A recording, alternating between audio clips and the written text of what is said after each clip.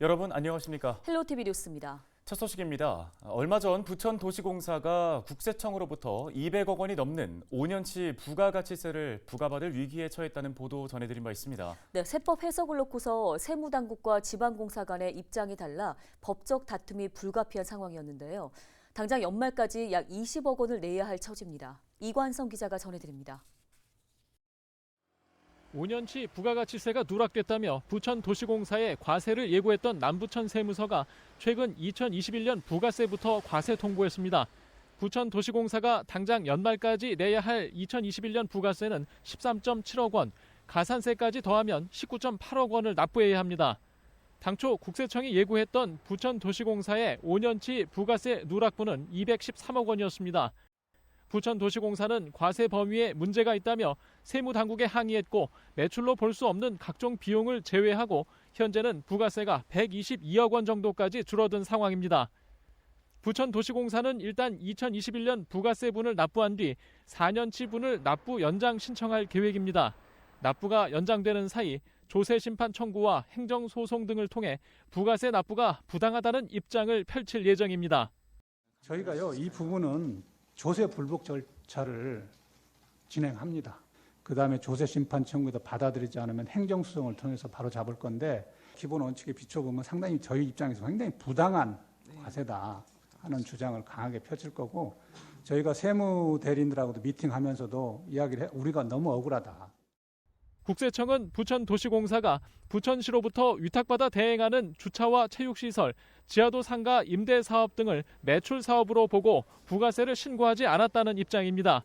부천도시공사와 부천시는 부천시가 그동안 부가세를 납부해온 상황에서 시설을 위탁받아 관리 대행하는 도시공사까지 부가세를 내야 할 경우 이중과세라는 시각입니다.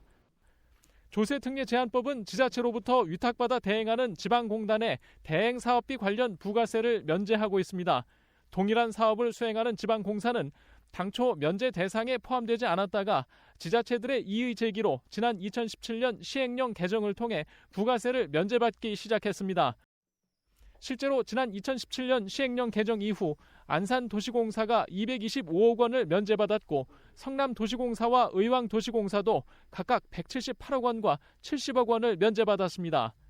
부천도시공사는 이 같은 사례로 조세 형평을 문제 삼아 부가세 과세가 부당함을 주장하고 있습니다. 국세청은 안양과 과천도시공사에도 같은 내용의 부가세 과세를 예고한 상황입니다. 헬로티비 뉴스 이관서입니다. 김포시가 서울시의 기후 동행카드에 참여하기로 했습니다. 오세훈 서울시장과 김병수 김포시장은 7일 오전 서울시청에서 서울시, 김포시 기후 동행카드 참여 업무 협약을 체결했습니다.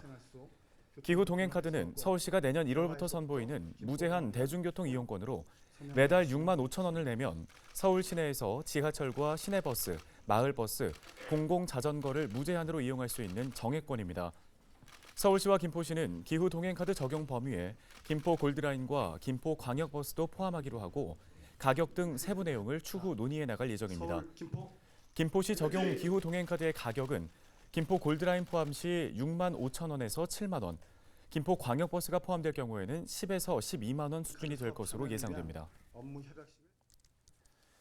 더불어민주당 김포시 갑지역위원회가 7일 김병수 시장에게 인하대 김포 메디컬 캠퍼스 조성 사업에 대한 시민의 염원을 직시하고 대학병원 유치의 마지막 기회가 무산되지 않도록 책임 있는 자세를 보여달라고 촉구했습니다. 민주당 김포시 갑지역위원회는 성명서를 통해 풍무역세권 메디컬 캠퍼스 유치가 김포시의 어깃장 행정으로 인해 무산 위기에 직면하고 있다고 밝혔습니다. 위원회는 지난 3월 김포도시관리공사가 인하대 측과 공사비 분담 실무 합의를 했음에도 후속 조치를 전혀 하지 않다가 시민들의 요구가 빗발치자 뒤늦게 인하대 측에 사업 이행 계획서를 요구하는 등 관련 절차를 진행하고 있다고 지적했습니다. 특히 문제는 김포도시관리공사의 태도라며 차일피일 손 놓고 있다가 시민들의 요구에 떠밀려 마지못해 추진하는 척하고는 있지만 병원을 유치하기보다는 유치를 무산시키려는 태도로 일관하고 있다고 강조했습니다. 이어 MOA 및 공사비 분담 방안 합의 등 기존 합의대로 관련 절차를 조속히 추진해 연말까지는 법적, 행정적 실효성이 확보된 계약을 체결해야 할 것이라고 밝혔습니다. 내년 국회의원 선거 지역구 예비후보자 등록이 선거일 전 120일인 12월 12일부터 시작됩니다. 예비후보자가 되면 선거사무소를 설치하고 선거운동용 명함을 배부하거나 어깨띠와 표지물을 착용할 수 있습니다. 또 본인이 직접 전화로 지지를 호소할 수 있고 선거구 안 세대수의 10% 범위 내에서 한 종류의 예비후보자 홍보물을 발송할 수 있습니다. 선거에 영향을 미치는 광고물을 게시하거나 배부하는 행위 등은 금지됩니다. 지역사회 고령화 현상을 짚어보는 기획보도 두 번째 시간입니다. 우리나라의 노인 빈곤율과 자살률은 경제협력개발기구 OECD 회원국 가운데 1위를 기록하고 있는데요. 이 같은 불명예는 지역사회로 들어와서 살펴보면 더욱더 선명하게 나타납니다. 도시의 유령이 된 고령의 노인들, 녹록지 않은 팍팍한 삶의 현장을 취재했습니다. 이정화 기자입니다. 수도권의 한 무료급식소. 노인들이 서둘러 번호표를 받아 챙깁니다. 목걸이에 적힌 숫자가 오늘 점심 먹는 순서입니다. 대부분 한 끼 식사를 스스로 해결하기 어려운 사람들입니다. 손을 떨고 중풍이 심해갖고 내가 밥을 전혀 못 해먹어. 그러기 때문에 여기 와서 점심 한 끼 먹은 게 얼마나 좋은지 몰라. 혼자 사는 가난한 노인들은 이곳에 오면 같은 처지의 사람들을 많이 만납니다. 경제적 빈곤만큼이나 외로움은 더 크게 다가옵니다. 집에서 혼자 사는데 혼자 사니까 아무거나 그냥 한 가지 갖다 놓고 먹고 그러는데 쓸쓸하더라고요. 점심때마다 이곳을 찾는 노인들은 하루 200명 이상. 상당수는 인근 지역의 무료급식소만을 전전하거나 도시락 나눔을 찾아다닙니다. 혼자 계시는 이제 독거노인이나 생활 형편이 어려우신 분들 위주로 많이 오세요. 오래되신 분들이 많이 계시죠. 다 몇 년씩 다 기본적으로 되셨죠. 다. 지난해 기준 국내 66살 이상 노인 1인 가구의 빈곤율은 무려 72%. 혼자 사는 노인 10명 가운데 7명이 빈곤층입니다. 결국 외로움과 가난을 동시에 견뎌야 하는 겁니다. 외롭게 좀 하죠. 그런데 그게 진짜 오래됐으니까 숙달이지. 이제 아플 때가 이제 좀 괴롭고 힘들죠. 농촌이 아닌 도시의 경우 노인 빈곤이나 고립에서 오는 부작용은 더 큽니다. 상대적으로 도시 지역이 그 농어촌 지역보다 좀 더 그 고립도를 많이 느끼는 것으로 나타나고 있어요. 이제 인프라나 이런 것들은 더 여건들이 좋지만 그럼에도 불구하고 뭐 익명성이라든가 이제 여러 가지 부분에서 오히려 더 그 관계적인 밀도는 이제 작기 때문에. 노년 빈곤이 현실보다 극명하게 드러나는 또 다른 곳. 이른 아침 인천의 한 고물상에 나왔습니다. 이른 아침부터 이렇게 폐지를 잔뜩 실은 리어카들이 고물상 앞에 먼저 도착해 있기도 합니다. 수레를 끈 노인들이 무거운 걸음으로 속속 도착합니다. 사람 키만한 폐지산. 황혼의 버거운 짐은 무게를 재는 개근대에 이르러서야 잠시 내려놓을 수 있습니다. 해가 갈수록 힘에 부칠지라도 쉽게 포기할 수는 없습니다. 나 이거 한지는 오래됐어. 원래 한 10년은 된 것 같은데. 힘든 게 뭐여. 막 무거운 거 막 끌고 올 때 힘들어. 아니 난 또 노인 일자리도 해야 이거 하면서. 한때 80원에서 100원까지 했던 폐지 가격. 요즘은 킬로그램당 30원을 겨우 쳐줍니다. 고물상의 단골 70대 박할머니는 꼬박 이틀 동안 폐지를 모아 7,000원을 손에 쥘 수 있었습니다. 고된 노동 강도와 긴 시간에 비해 턱없이 적은 금액. 7,000원 정도면 오늘 많이 또 하신 거예요. 이거 갖고 야 저기 시아링 그거 하나 사 먹으려면 요만큼한 게 6,000원이야. 안 비싼 거 있어. 인천 지역 폐지 수집 노인들의 삶을 들여다봤습니다. 일주일 평균 수집 일수는 5.8일, 하루에 7.2시간으로 월 평균으로 따지면 180시간 가까이 됩니다. 또 노인응답자 절반 이상이 폐지 수집을 통해 얻은 수익을 필수 생계비로 사용한다고 답했습니다. 폐지 줍는 노인을 위한 지원은 대부분 야간이라든지 위험한 그 환경에서의 안전 지원을 중심으로 한 지원들이 많이 있었습니다.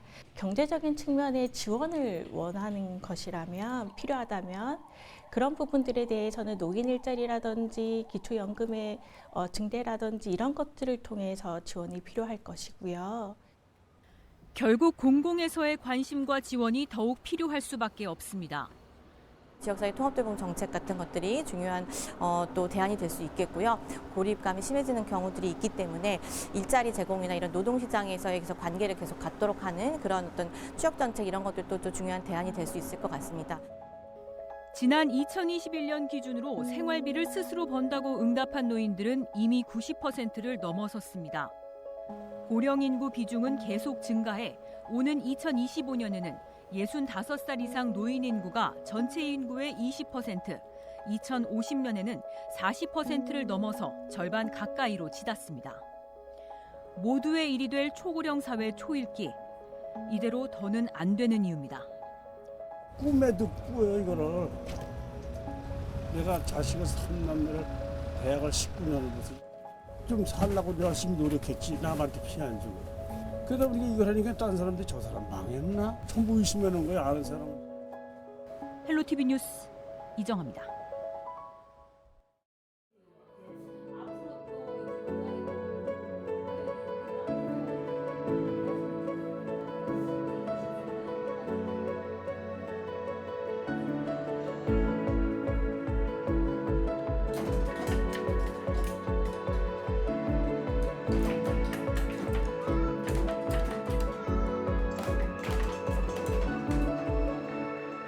큰 업체는 아니지만 조그만 데에 소속이 돼 있고 또 보람도 있고 또 내가 건강에도 좋고 또 사람들을 만나서 좋고 그래서 활동하고 다니는 거예요. 너무 좋아요.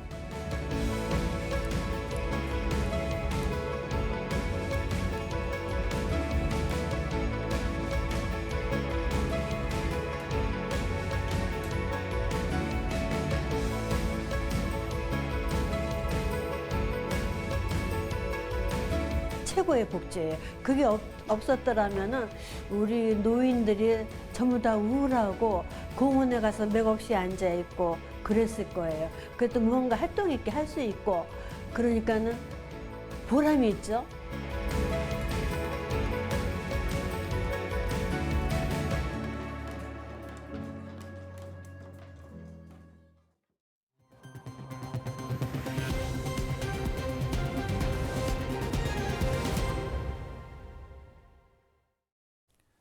인천 지하철 2호선 환기시설에서 인천교통공사 직원이 감전되는 사고가 발생했습니다. 7일 오전 1시 42분쯤 인천시 서구 당하동 인천 지하철 2호선 완정역에서 독정역 구간 환기시설에서 인천교통공사 직원인 20대 남성 A씨가 감전됐습니다. 이 사고로 A씨가 얼굴과 팔목 등에 화상을 입고 병원으로 옮겨져 치료를 받고 있습니다. 사고 당시 A씨는 환기시설에서 전기 차단기의 절연 기능을 점검하던 중 감전된 것으로 알려지고 있습니다.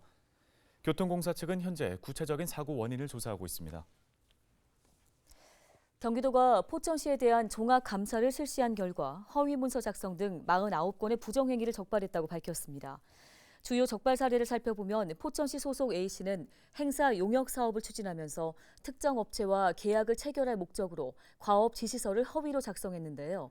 물품 납품 여부를 확인하지 않고 대금을 지급하거나 입찰 공고문과 다르게 수행 실적을 평가한 뒤에 계약 대상자를 결정하기도 했습니다. 또 B씨는 환경관계 법령 위반 사실에 대한 행정처분을 하면서 고의적인 위반 사례는 감경할 수 없음에도 불구하고 감경이 처분했는데요. 경기도는 이번에 확인된 부정행위 관련자의 신분상 처분을 포천시에 요구했습니다. 인천시가 지역 갈등을 해결하기 위해 시민 500명을 수기시민단으로 위촉했습니다. 인천 시민으로 구성된 인천시 수기시민단은 지역과 관련된 주요 갈등을 예방하거나 해결하는 방안을 모색해 인천시에 권고하는 역할을 하게 됩니다. 인천시는 지난 10월부터 공개 모집을 거쳐 18살 이상 신청자 가운데 성별과 연령, 지역을 종합적으로 검토해 수기시민단을 구성했습니다. 최종 선발된 시민 500명은 향후 2년간 2기 수기시민단으로 활동할 예정입니다.